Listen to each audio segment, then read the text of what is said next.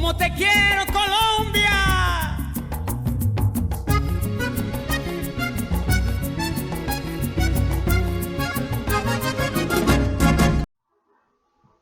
Seguridad democrática.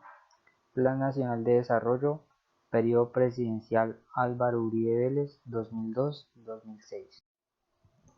El tema de la seguridad se integró a la conciencia ciudadana hasta convertirse en el problema más sentido por la opinión pública durante el último año de gobierno de Pastrana. En el periodo de Álvaro Uribe Vélez, la política de seguridad democrática se construyó sobre la marcha mediante 3 líneas de acción. La primera fue la continuación de las ofensivas contra las FARC, activadas desde el gobierno anterior. La segunda fue una política de paz con los paramilitares. La tercera fue un grupo de políticas específicas, como los soldados campesinos, los estímulos a la deserción y las redes de informantes destinadas a alimentar las otras dos. Los recursos ordinarios para la implementación de la seguridad democrática,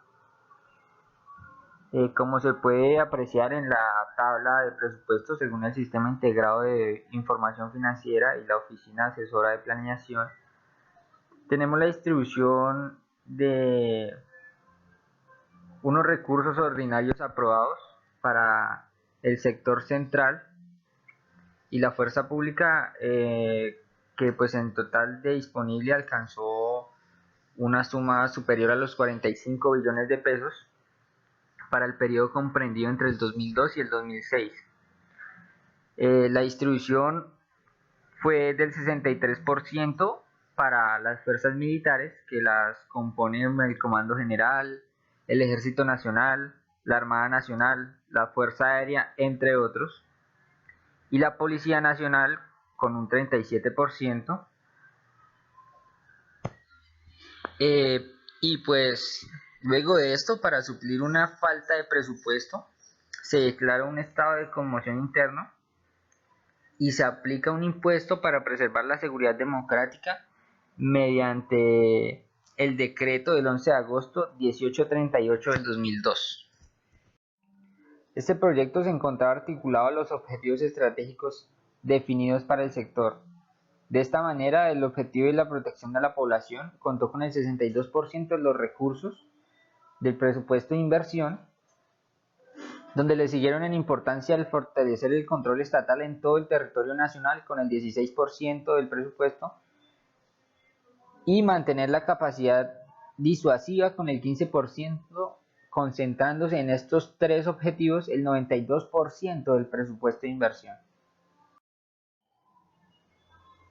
Resultados de la aplicación de la seguridad democrática. Como primer punto, se tenía el fortalecer el control estatal en todo el territorio nacional.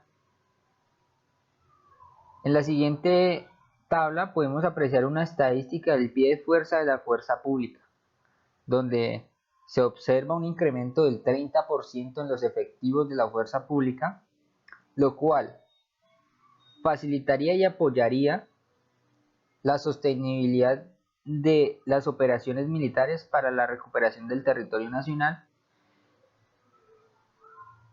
y también la presencia de la Policía Nacional en municipios donde no tenía acceso anterior, dando un cubrimiento a finales de 1094 municipios con presencia de la Policía Nacional. En segundo lugar, tenemos la protección a la población. La protección a la población requería esfuerzos en varios frentes: el decrecimiento de la tasa de homicidios, el secuestro y la extorsión, la desarticulación de los grupos armados ilegales y la disminución de las acciones terroristas. En primer lugar, tenemos el homicidio común. En la siguiente tabla se aprecian los datos del periodo del 2002 al 2006 de los homicidios según la DIJÍN de la Policía Nacional, donde se pasó de tener 66 homicidios por cada 100.000 habitantes en el 2002 a tener 42 homicidios por cada 100.000 habitantes en el 2006. Esto significa una reducción de aproximadamente el 40% de los homicidios en la población.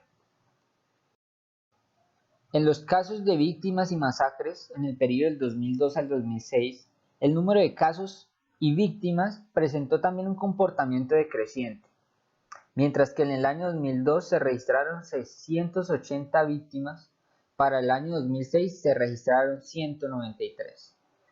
Esto representa una reducción del 72% en las víctimas.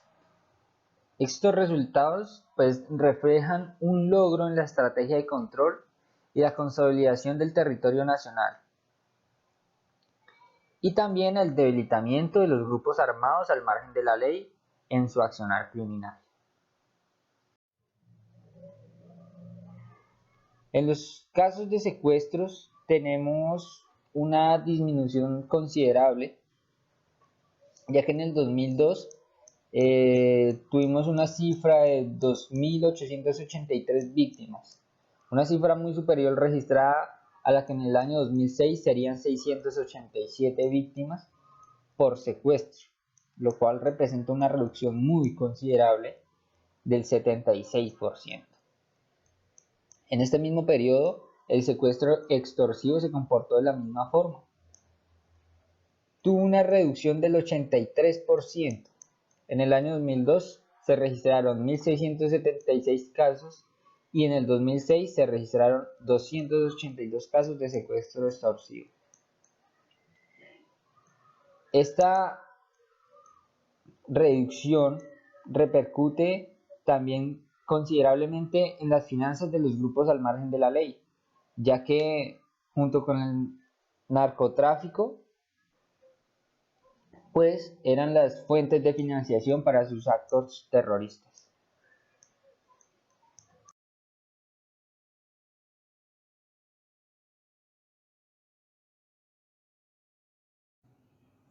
Buenos días, mi nombre es Robinson Sanabria, estudiante de Contaduría Pública de la Universidad Uniminuto. En este pequeño video voy a explicar un poco sobre lo que fue la declaración del estado de conmoción interior en el 2002 bajo el mandato de Álvaro Uribe Vélez. El estado de conmoción interior está contemplado en el artículo 213 de la Constitución. Este es adoptado cuando se presenta una gran perturbación en el orden público, que se atente contra la estabilidad institucional, la seguridad del Estado o la sana convivencia ciudadana. Entre las medidas que se otorga al gobierno, está la de limitar el desplazamiento de las personas, el de controlar la radio y la televisión, el de interceptar las comunicaciones y también de detener personas, pero estas dos con una orden judicial. Entre otras medidas que se otorga mediante el estado de conmoción interno al gobierno, sería la de suspender a los alcaldes y gobernadores, imponer contribuciones fiscales y parafiscales y también modificar el presupuesto nacional. En ese entonces, la primera medida fue la creación del impuesto al patrimonio o el impuesto para preservar la seguridad democrática, mediante el decreto 1838 del 11 de agosto del 2002. En este impuesto se cobraba el 1.2% a los colombianos que tuvieran un patrimonio líquido superior a los 150 millones de pesos.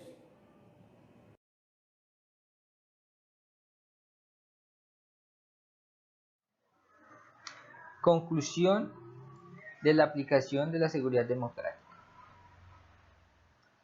Con la aplicación de la seguridad democrática se tenía por objetivo la recuperación de los territorios influenciados por los grupos al margen de la ley, la protección social y la disminución del comercio de drogas ilícitas o del narcotráfico. Con el aumento del pie de fuerza de la fuerza pública posible mediante el aumento del presupuesto a las fuerzas públicas nacionales, con el decreto del impuesto para preservar la seguridad democrática, se posibilita la disminución de los homicidios, los secuestros y no menos importantes las extorsiones, las cuales eran uno de los principales focos de financiación de estos grupos al margen de la ley, cumpliendo parcialmente con la recuperación del territorio, la protección social y la disminución del comercio de drogas ilícitas o narcotráfico, ya que con el aumento del presupuesto se aumentaban la financiación para las operaciones donde se erradicaban cultivos ilícitos y se daba una mayor lucha contra el narcotráfico y las Fuerzas Armadas en control de ciertos territorios estratégicos para estos grupos subversivos.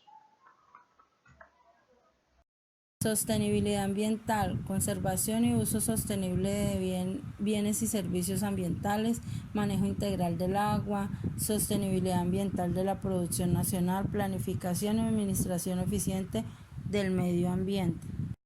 Bueno, él impulsó la vivienda y la construcción, realizando ajustes y otorgando subsidios de vivienda para que fuera más accesible a las personas menos favorecidas. Impulsó a la exploración y explotación de hidrocarburos y minería, mejoramiento de las condiciones, subsidios, regulación energéticos, desarrollo del sector minero, entre otros. Infraestructura estratégica en transporte, mantenimiento y conservación de las carreteras, impulso al transporte urbano y masivo, mecanismos de participación privado, servicios públicos domiciliarios, optimización en la prestación de los servicios públicos, reestructuración de empresas de servicios públicos, esquema de tarifas y subsidio. Ciencia, tecnología e innovación, promoción de la investigación, fortalecimiento de la capacidad institucional, estímulo a la innovación y el desarrollo tecnológico, fortalecimiento de la capacidad regional de ciencias y tecnología.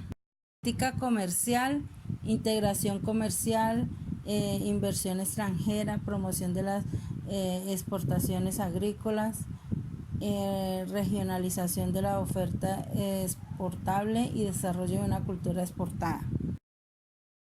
Y por último sería la generación de empleo, reforma de la empleabilidad, programa de apoyo directo al empleo, sistema de producción al cesante, fortalecimiento de la capacitación.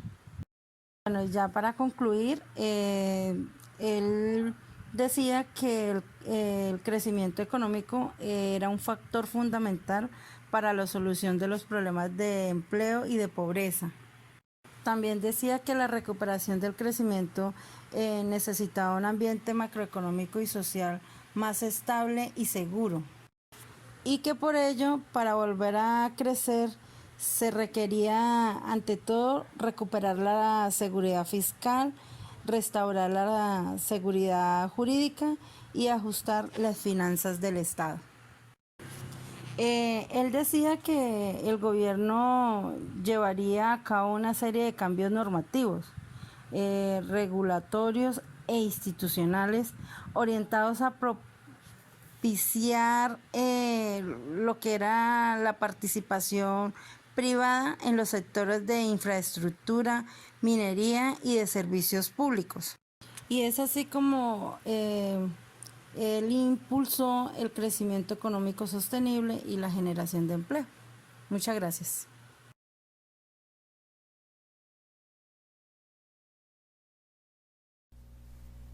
Para la parte educativa, el expresidente Uribe proponía ampliar la cobertura del sistema educativo del país, tratando de no perder la eficiencia ni la calidad del sistema.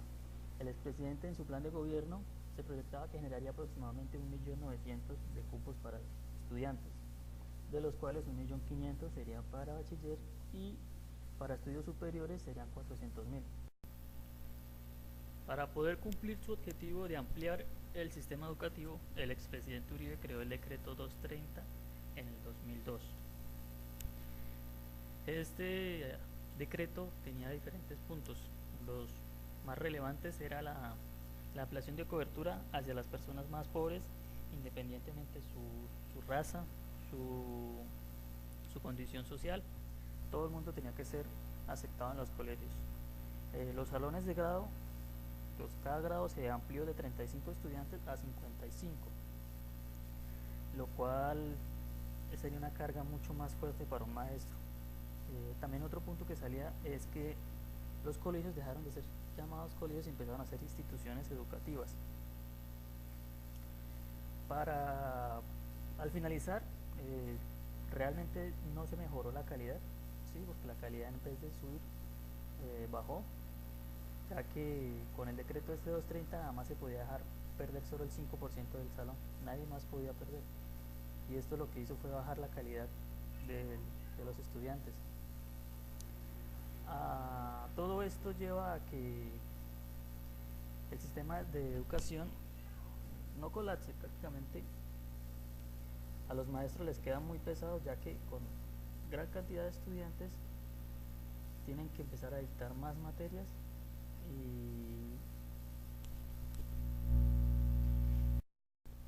y en cuanto al sistema de salud, el expresidente Uribe en su plan de gobierno nunca menciona en cambiar el sistema como está actualmente ni nada. Él lo único que quiere es fortalecer, ya que este sistema él lo propuso con la ley 100 en el 93, que lo que hacía era reformar el sistema de salud y la seguridad social. Lo más relevante del gobierno en cuanto a la parte de salud es que el expresidente quería generar más ingresos en impuestos para poder aumentar el presupuesto de salud. En la gráfica se puede observar que hasta el último año del primer mandato la cobertura ascendió a más del 85% de los colombianos. Hasta este punto, en el 2006, la cobertura de salud era mucha más alta de los anteriores periodos de otros presidentes, pero pues esto es lo que trajo fue un gran problema para el sistema de salud, ya que la demanda superaba por mucho a la oferta. En el plan de gobierno se mencionaba mucho que el fortalecer el ICBF, creando nuevos programas y dándole más recursos para que pudieran trabajar. Y realmente la palabra que más se repiten es reestructurar o fortalecer los programas, pero nunca le daba importancia a generar algo nuevo, a crear. Lo único que sí se notó mucho fue que el programa de desplazados se amplió para poder dar más cobertura a los miles de desplazados en el país en esa época. Impulsar la economía solidaria. En el plan de gobierno se quería fomentar y supervisar esta economía, creando el sistema público territorial de apoyo al sector social y solidario. Y también propuso dar más recursos para este sector. En esta parte, al finalizar su mandato, sí cumplió con este propósito, con esta propuesta, ya que el presupuesto que se destinó para esto se aumentó en un 46.5% de los anteriores mandatos. En la parte del campo, él quería que las personas tuvieran un acceso a infraestructura básica y a vivienda. El gobierno mejoraría las condiciones de vida de los habitantes de las zonas rurales, facilitando la accesibilidad a agua potable, saneamiento básico, electrificadoras, infraestructura vial y telefonía. Quería asegurar una alimentaria. La seguridad alimentaria era la posibilidad real de que la población pudiera acceder a una oferta permanente de alimentos para satisfacer sus necesidades en términos de cantidad y calidad. También quería el esquema asociativo y productivo para el desarrollo rural. El gobierno impulsaría el desarrollo de cadenas productivas con enfoque regional y gradual para los principales productores agropecuarios, orientando la producción a las condiciones agroecológicas más favorables y fomentaría la integración entre productores y empresarios. También quería el desarrollo científico y tecnológico. La acción del Estado se dirigiría a articular la investigación y el desarrollo tecnológico del sector hacia el Sistema Nacional de Ciencias y Tecnología. Pero pues al finalizar su mandato se sabe que en ningún momento logró cumplir sus propuestas, o sea, no fueron reales todo lo que dijo. Y es más, en su época de gobierno la tasa de desplazados fue la más alta que ha habido en Colombia. En el plan de desarrollo decía que para poder aumentar la economía había que hacer crecer las microempresas. Por eso sacó unas propuestas que era eliminar las restricciones de acceso financiero y poder diseñar y desarrollar instrumentos de apoyo no financieros. Estas fueron las propuestas que él tenía para construir equidad, para poder romper un poco la brecha entre pobres y ricos, que pues obvio, como se sabe, él no lo consiguió, ya que la mayoría de los recursos los destinó hacia la guerra. Incrementar la transparencia y eficacia del Estado. Últimamente, la legitimidad del Estado ha venido siendo lesionada por la corrupción, por el clientelismo y la politiquería. Unas encuestas recientes indican que el porcentaje de ciudadanos que no están satisfechos con la democracia y que desconfía del Congreso y de las instituciones públicas es uno de los más altos en América Latina. Este gobierno busca que los recursos del Estado serán utilizados de manera más eficiente, se ahorrará donde sea posible y conveniente y se dará una lucha permanente contra la corrupción. La ciudadanía debe exigir una rendición de cuentas a sus gobernantes y denunciar casos de despilfarro y corrupción. Asimismo, todas sus actuaciones se harán dentro del marco de las normas jurídicas. Renovación de la administración pública. La administración pública colombiana se caracteriza por una estructura dispersa, con ausencia de prioridades, con bajo grado de articulación entre los tres niveles básicos de gobierno y con un nivel de eficiencia por debajo de los niveles deseables y factibles. El Estado colombiano ha perdido su vocación productiva al reducir el espacio para la inversión pública. Es disperso en su estructura central, padece de atrasos en materia de transparencia y de control interno. Ha ignorado sistemáticamente las demandas de la ciudadanía y carece de sistemas formales de gestión por resultados. Así, este gobierno nacional se ha comprometido con una renovación de la administración pública que persigue tres objetivos fundamentales. La participación ciudadana. El fortalecimiento de la participación ciudadana en la definición, la ejecución y la vigilancia de las tareas públicas es una prioridad del Estado comunitario. El ciudadano no solo es un usuario de los servicios del Estado, sino que es parte activa en la construcción social a través de los procesos integrales de ejecución, seguimiento y evaluación de las funciones públicas. Este gobierno busca impulsar la formación de veedurías comunitarias en todas las actividades administrativas. La función de estas veedurías es velar por la transparencia en la gestión estatal y que denuncien las conductas irregulares de los administradores públicos. La organización de estas veedurías va a ser de nivel nacional, departamental y municipal, con participación de las cámaras de comercio, las universidades, las agrupaciones gremiales y las comunidades. El decreto 2170 del 2002 sobre contratación pública constituye un primer paso a la implementación de políticas de control social a dineros del sector público. El Estado gerencial. La creación de un Estado gerencial es otro objetivo prioritario del programa de la renovación de la administración pública. Este busca que se ponga en marcha un conjunto de reformas tendientes a la construcción de una nueva cultura gerencial de administración de lo público. Estas reformas implican austeridad, que es la búsqueda de reducir los gastos generales, los costos de aprovisionamiento, los gastos permanentes y se racionalizará el uso de los activos y los bienes de la nación. Estas son llamadas reformas verticales. El compromiso de este gobierno es la reducción de los costos de funcionamiento aproximadamente en un 20% y una razón de 70-30.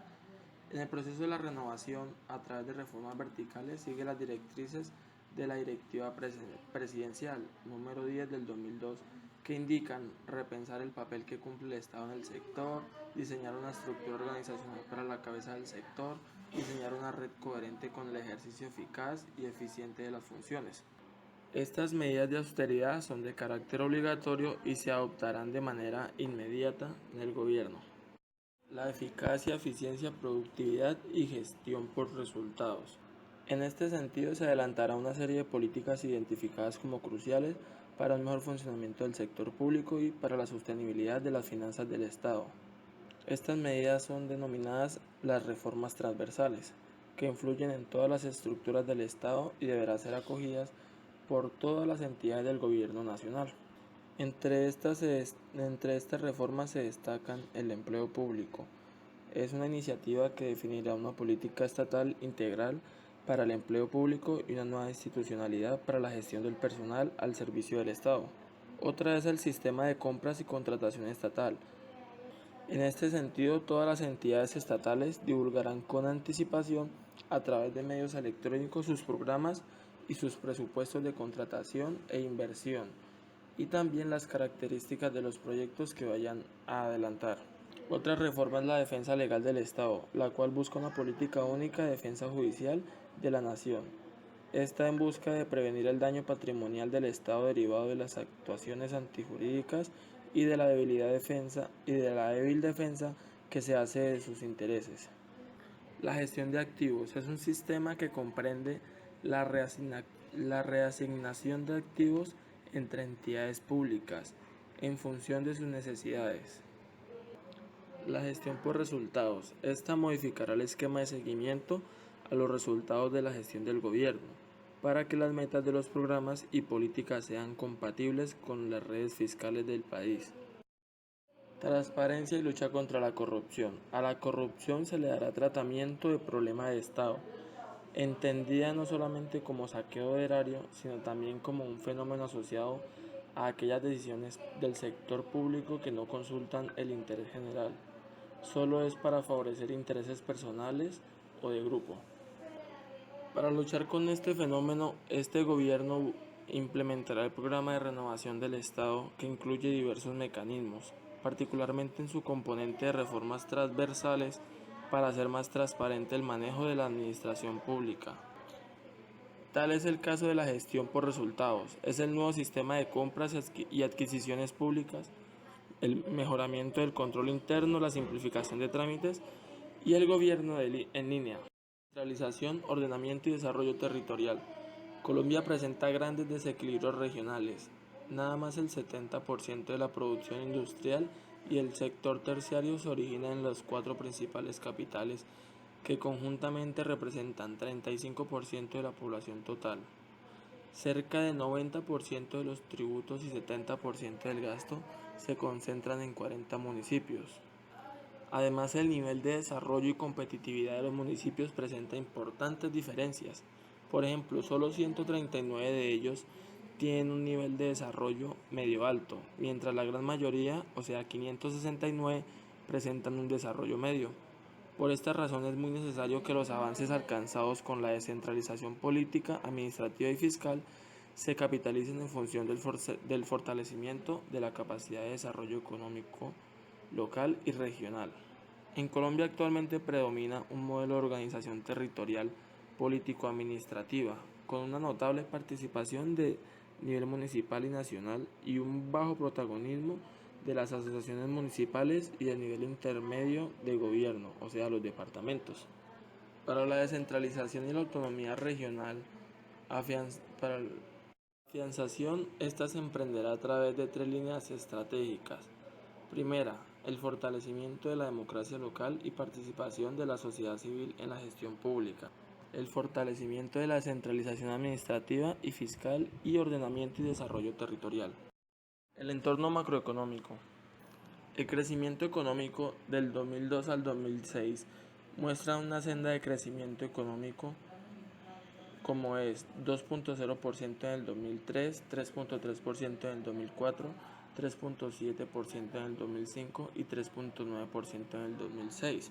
La inflación consiste con la programación macroeconómica. Muestra una tendencia decreciente a lo largo del cuatrienio, hasta llegar a una tasa del 3.0% en el 2006. Esta tasa es considerada como la meta de largo plazo por el Banco de la República. Las proyecciones también muestran un aumento de la inversión total como porcentaje del Producto Interno Bruto de 15% a 16% entre los años 2003 y 2006, coincidiendo con un crecimiento de la inversión privada superior al 6% hacia el final del cuatrienio. Las proyecciones del Producto Interno Bruto por ramas de actividad económica entre el 2002 y el 2006. La mayor actividad económica estará originada en el sector privado. Los sectores más dinámicos serán la construcción, la industria, la agricultura. lo que a su vez genera una mayor demanda por transporte, comercio, electricidad, gas y agua, entre otros servicios. El sector de la construcción presentará una tasa de crecimiento sostenida durante todo el periodo, gracias a la política de vivienda social y a los incentivos para la adquisición de vivienda de los estratos medios y altos. La industria manufacturera presentará una recuperación de la dinámica de su crecimiento hasta lograr alcanzar una tasa del 5.2% en el año 2006. El aumento de esta demanda agregada traerá consigo un aumento progresivo de los servicios financieros, el transporte, la comunicación y los servicios asociados al comercio y el turismo. La proyección de demanda 2002 al 2006. El consumo privado crecerá a tasas levemente inferiores a las de la economía como un todo. La inversión aumentará de 1.3% en el 2003 al 5.6% en el 2006. El menor crecimiento del consumo y la inversión en el sector público es explicado por el ajuste de las finanzas públicas. Esto se puede ver representado en la gráfica 23. La recuperación de la inversión y el crecimiento estará asociada con una recuperación del ahorro, principalmente del ahorro privado, el cual aumentará del 9,2% al 10,1% del Producto Interno Bruto. Por su parte, el ahorro público pasará de 1.5% en el 2002 a 3.2% en 2006. Estas trayectorias son consistentes con un aumento del ahorro externo de 1.2 a 2.0 en el 2006. La proyección de la cuenta corriente del 2002 al 2006. El déficit de la cuenta corriente pasará del 1.2% en el 2002 a 2.0% en el 2006. Este comportamiento es explicado principalmente por el desequilibrio de la renta de factores en la balanza de servicios y por la evolución de la balanza comercial, tal cual como se ve representado en el cuadro 15. Las exportaciones totales en dólares crecerán a una tasa del 4.7% en el 2003 y después lo harán a tasas inferiores al 1.0%. Esto da a entender que el principal motor de crecimiento del sector provendrá de las exportaciones menores, las cuales se verán estimuladas por los acuerdos comerciales. Proyecciones fiscales y sostenibilidad de la deuda. El incremento del gasto público a comienzos de los 90 tuvo efectos adversos sobre el balance fiscal del país. Los principales desequilibrios acumulados en la década de los 90 fueron la dependencia del balance del sector público no financiero, las ausencias de fondos para cubrir las obligaciones pensionales que estaban a cargo del gobierno y las entidades territoriales. También está la existencia de regímenes especiales de pensiones en varias empresas y la existencia de numerosos beneficios tributarios que disminuyeron el recaudo y propiciaron la evasión. A pesar de los esfuerzos realizados durante los 90, la deuda pública colombiana creció y el déficit fiscal se mantuvo por encima del 4% del Producto Interno Bruto. Así el gobierno se vio en la penosa obligación de iniciar un programa de ajuste con el Fondo Monetario Internacional. Bueno, en conclusión, este plan de gobierno, el cual busca incrementar la transparencia y la eficacia del Estado, esto lo hace queriendo implementar diferentes tipos de estrategia. Este gobierno se ha comprometido con la renovación de la administración pública, dando la participación ciudadana en donde el ciudadano no solo es usuario del Estado, sino que también va a tener participación en decisiones públicas que afecten la integridad de las personas. Este gobierno también busca impulsar mucho las veedurías comunales, con el fin de que estén muy presentes y muy visualmente revisando los proyectos, de que no hayan fraudes ni nada por el estilo. También busca reducir lo que son los gastos generales, los costos de aprovisionamiento, los gastos permanentes, y lo más fundamental que busca es la transparencia y la lucha contra la corrupción, implementando múltiples sanciones a quien cometan estas inconsistencias. Para el tema de descentralización, lo que más busca es fortalecimiento de la democracia local, fortalecimiento de la descentralización administrativa y fiscal, ordenamiento y desarrollo territorial.